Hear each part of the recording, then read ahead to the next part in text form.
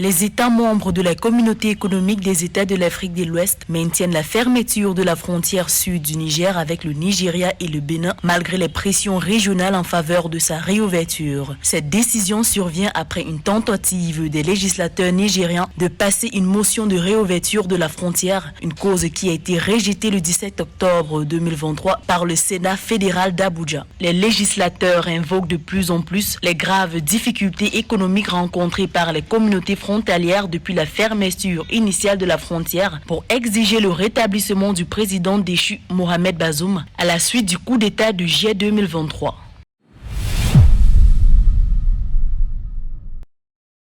L'Agence de supervision de la sécurité aérienne en Afrique centrale veut mettre sur pied une taxe qui serait prélevée sur les vols au niveau de la sous-région et sur le plan international. Ce projet est envisagé suite aux difficultés rencontrées avec le mode de financement précédent. Le directeur général de l'Agence de supervision de la sécurité aérienne en Afrique centrale, Eugène Apombi, a déclaré lors d'un entretien avec Alamine Ousmane Meh, ministre camerounais de l'économie, que son institution reçoit deux types de financement en ce moment. La contribution de la taxe communautaire d'intégration et la contribution égalitaire des États. En effet, au regard des difficultés rencontrées au niveau des recouvrements, l'Agence de supervision de sécurité aérienne initie un nouveau mécanisme de financement. Le ministre de l'économie du Cameroun a marqué sa disponibilité à accompagner le directeur général de l'Agence de supervision de la sécurité aérienne en Afrique centrale dans l'exercice de ses fonctions afin de lui permettre de bien remplir sa feuille de route.